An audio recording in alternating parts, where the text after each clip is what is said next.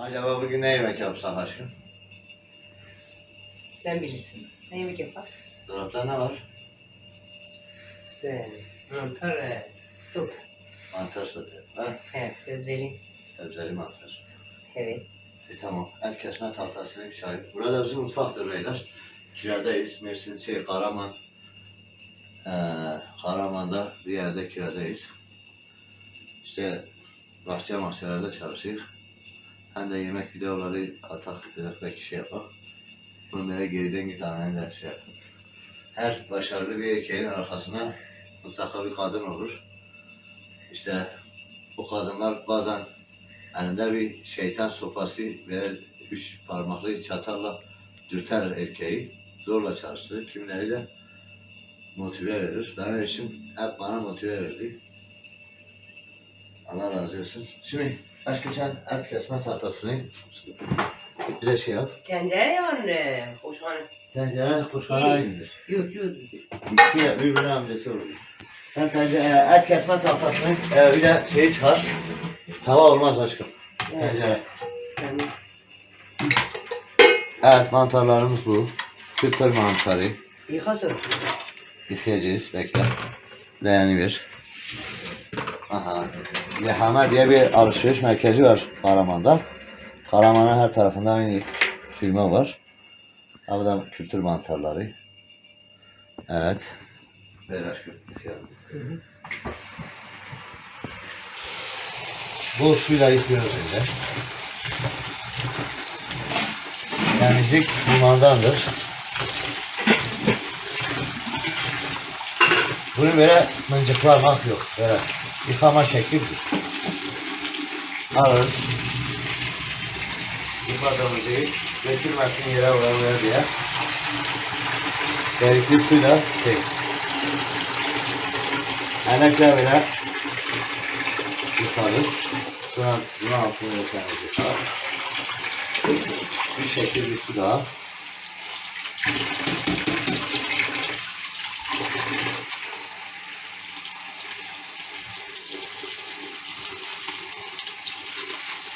Siz de bizim evimize hoş geldiniz değerli izleyicilerimiz.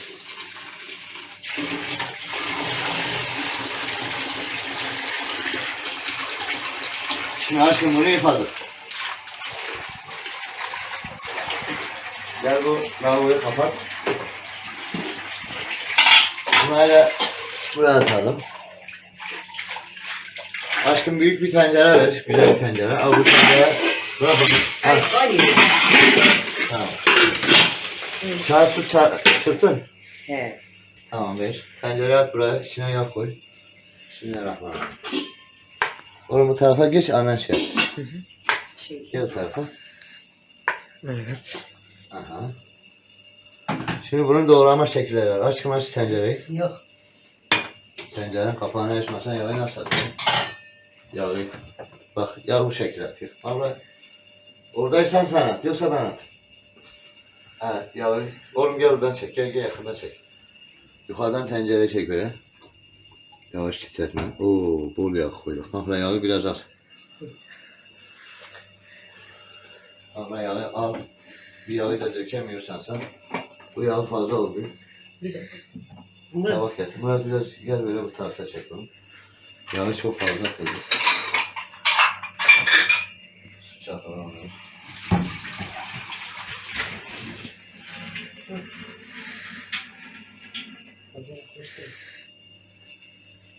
Yemeğin yağı bu kadar olması lazım ki biz fazla yağ koyduk. Al az bir şey al daha ver aşkım. Al. Al sen de al. Küfür eder gibi. Al. Ne oldu abla? Hiçbir şey değil mi? Evet tütün kapağını açıyoruz. Çakma. Evet. Tencereyi böyle bırakıyoruz. Gel bak.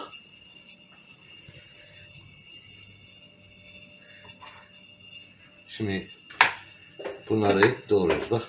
Bu şekil. Sebzeler. Sebzeleri de çıkar aşkım. Bu şekil. Biraz hızlı hızlı doğruyoruz.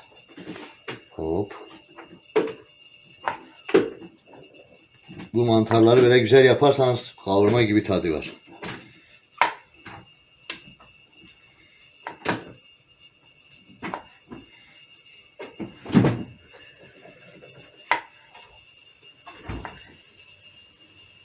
Sen bir tarafıma geç oğlum.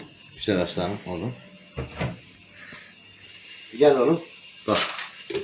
Yağ böyle sıçrıyor ya. Al bunun üstüne az bir şey tutup döktüğünde yağ üstüne sıçramaz. Kaşık ver aşkım. Güzel bir kaşık. Oğlum gel. Bismillahirrahmanirrahim.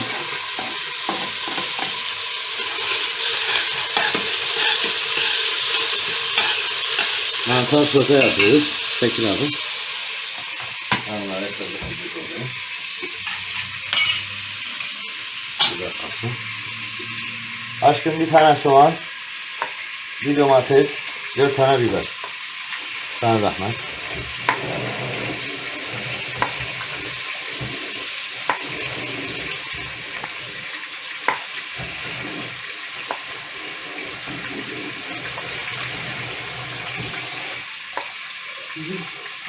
Neyse daha var. Yiyecek var. Sen al karıştır yaşa. Tüpü kız.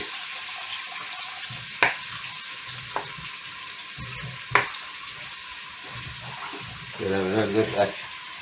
Kavurma, yani bu mantarın kavurması 10 numara olur. Ucuz et.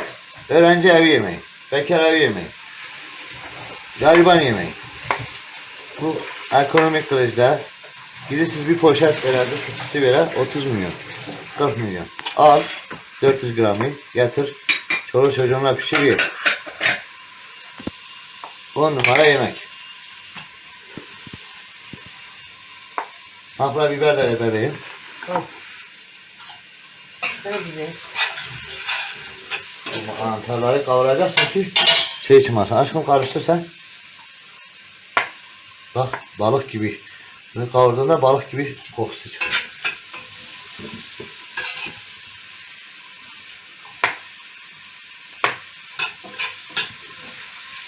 Pardon.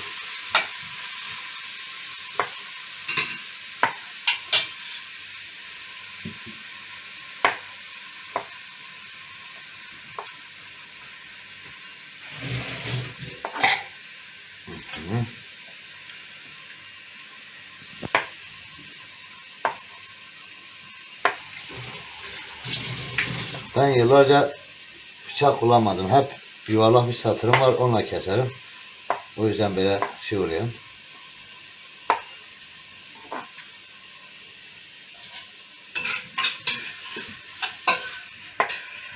Benim sarı büyük bir satırım var.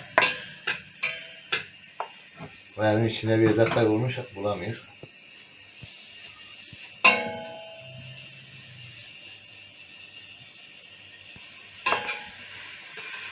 Aşkım biraz. Mantarların başları ne kadar büyük olursa o kadar da iyidir. Ne güzel. He? Kokusu ne Ne güzel. güzel kokusu çıkıyor. Evet.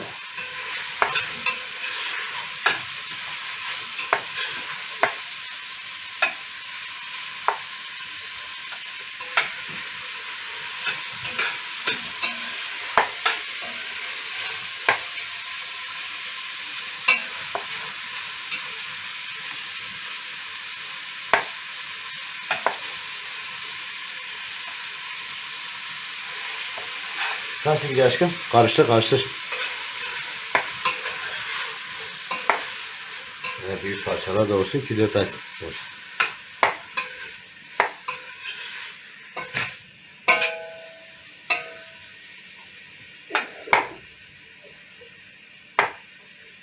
Halal olurum. Bizde öksürme ailece hepsidir. Şeydir, kıskanıyor böyle birbirlerini. Bir öksürdüğü zaman hepimiz öksürüyor. Hastalık bitmedi ya. Üşümez.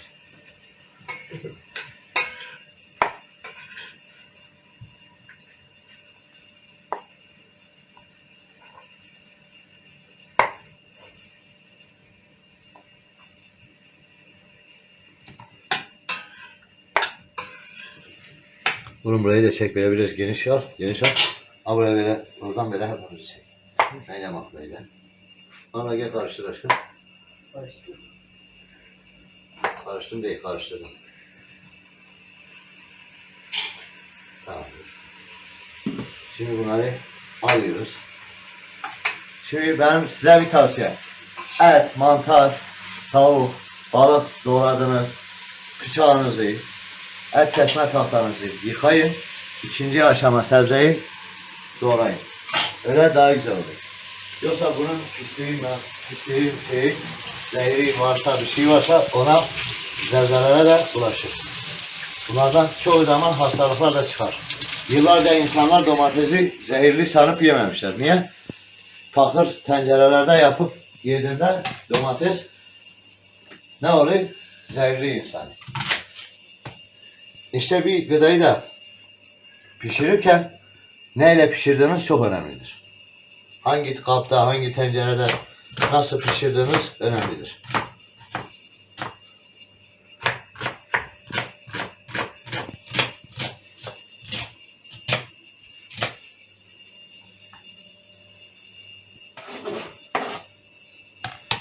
Ya bu tarafa burayı çek bir olur. Anladım şey yapsın. Ananı da tencereyi çeksin. Ananın altındaki tencereyi çek. Aferin ona.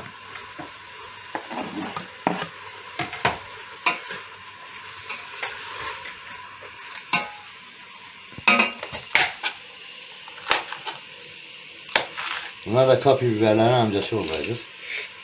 Yakında halası oğullarını da getiririz. İşte o sarı satırım olsaydı sapı çatık.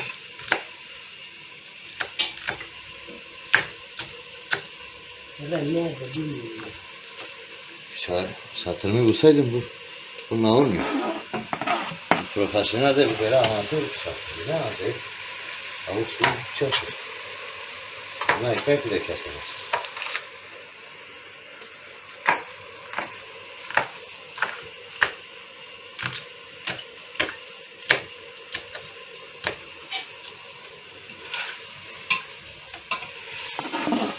Aferin Murat'ıma. Ha bu arada kameraman da bizim oğlumuz Murat'tır. Murat yorulduğunda Onur var. Dilek var. Ben bildiğim her şeyi çocuklarıma, 3 çocuğuma öğretiyorum. Öyle değil mi Murat'ım? Evet. Öğrenirsen değil mi? Evet. Aferin. Allah Teala insanoğluna ilk neyi öğretmiş? İkra bismi rabbike halakal insana min alak demiş. Oku yaradan Allah'ın adıyla oku. Ki o Rab ki seni bir damla sudan ve bir toprak alak pişmiş çamurdan yarattı. Anladınız? Evet. O yüzden okumanın yaşı, sınırı, haddi, sınırı yoktur.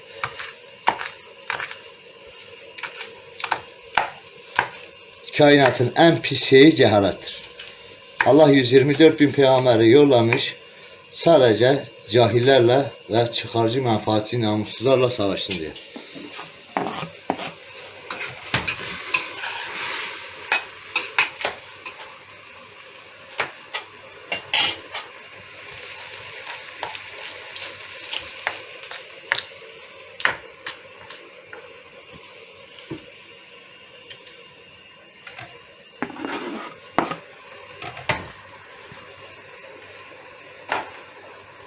Evet arkadaşlar, bu yemeğe kesinlikle salça girmez.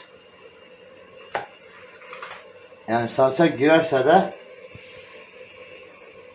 bunun yanına tavuk göğüs, mesela göğüs eti alacaksınız. Tavuğun göğsünü böyle keseceksiniz ince ince. Ya da kuzu incik, dana kol, bacağı, bunlardan böyle bunların etleriyle getirip şey yapacaksınız. O zaman salça koyarsınız. Ama sade mantar, aşkım salça koymuyor. Evet. Salça güzel olmaz çünkü o böyle mantarların tane tane görünmesi daha hoştur.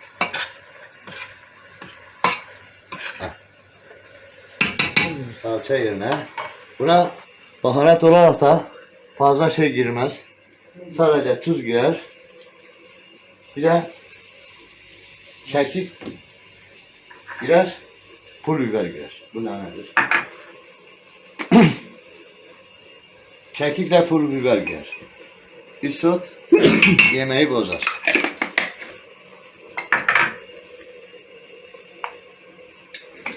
Baharatımız da bitmiş. Ben buraya yarın gidelim. Tamam. Baharatı da bak oraya bakalım. Baharatı da sadece biraz pul biberle kekik koyuyor. Ben yüzümü net çekme, yüzüme hepsi sivilceniz. Aha, yemeği karıştırıyoruz. Az bir şey de su getireceğim ben. Ne yapayım?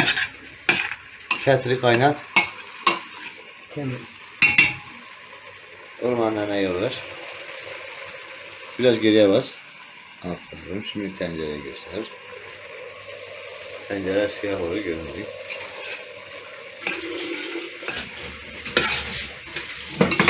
Al. Böyle çek. Işıkla. Şu anki hali bu.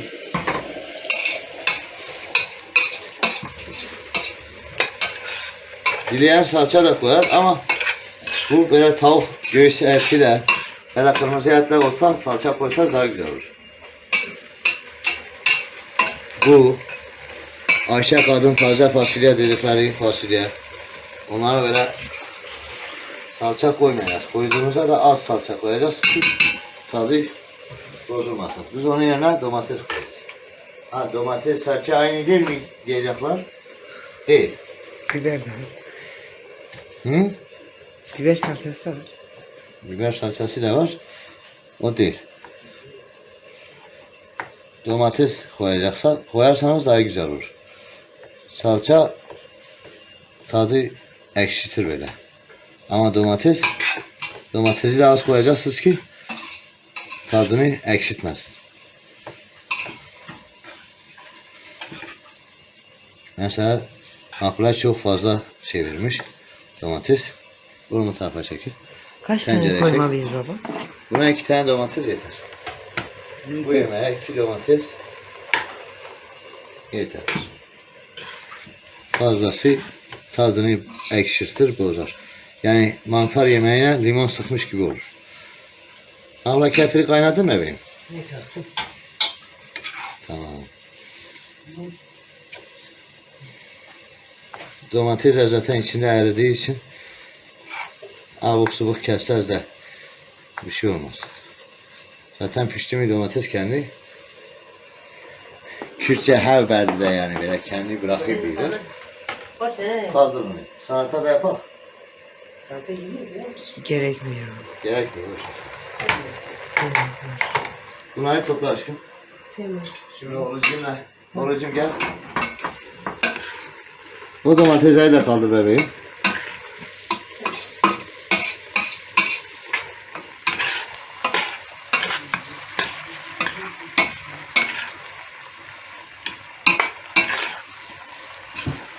Bak burada biberi çok koyduk diye biber mantardan çok olmuş.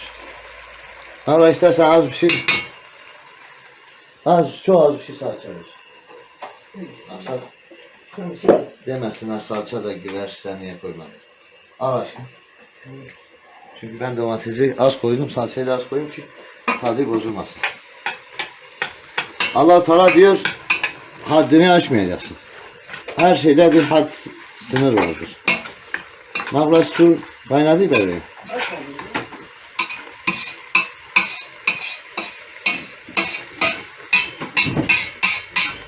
Şimdi bazıları bizi tanıyanlar diyecek bak kameranın önünde kameralara oynuyorlar, birbirlerine aşkımını bebeğimini konuşuyorlar. Başka zaman da kamera kapatınca da kavga ediyor. Biz 17 yıldır ha kavga ederiz, ha aşkım deriz, ha tartışırız ama önemli olan evlilikte yıllar uzun süren evlilik istiyorsanız üçüncü kişileri evlatlarınız bile olsa, anne babaları, kayınpederleri de olsa, kardeş bacıları kimsenin lafına uymayıp hiç kimseyi üçüncü kişileri eşle yani karı koca arasına koymayasınız. Koyarsanız o evlilik boşanmaya gider. Öyle mi abla? Çünkü evlat dedim el koynuna girene kadar. Evlat el koyununa girdiği zaman onu biraz uzaktan çek. Yakın makine şey yapma. Evet, el koyununa girdiği gün ne kadar sana evvel biliyor. Ondan sonra gider kendi şeyine, karısına. Böyle işte. Kardeş deden, bacı deden el koyununu görene kadar. Ondan sonra biter. Yani benim evlatlarım çoktur. Kalkıp bir eşin çocuğuna güvensin, sonra seninle tartışsın. Öyle yaparsanız o evliliğin yürümez. Bak ılık su olacak. Bak ılık sever. Bir bardak ha? Ver ben kafama göre koyarım.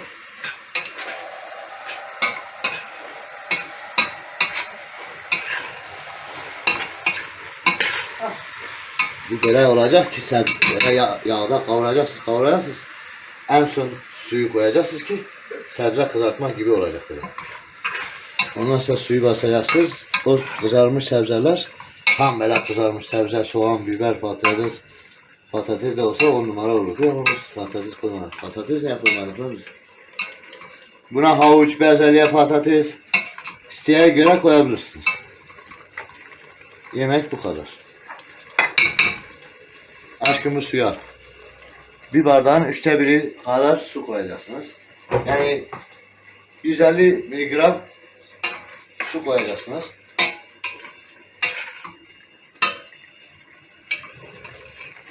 Yemek böyle. Siyah kültür mantarı olduğu için yemek de siyah olur. İşte ben yemeğin renginin bozulmaması için salçayı ve domatesi de az tuttum. Mantarın tadını almak için öbür sebzeleri kısmanız lazım. Ver bakalım.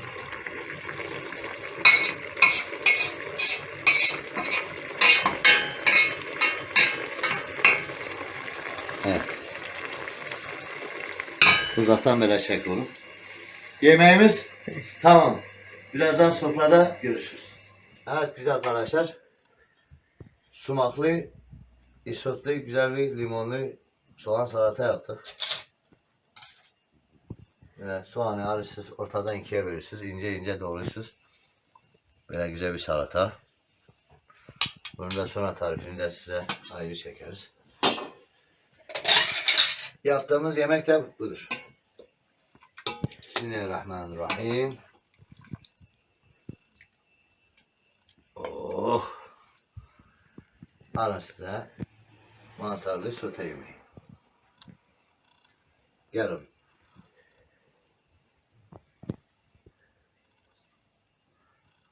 Şimdi biz yemeğimizi yiyeceğiz. Afiyet olsun.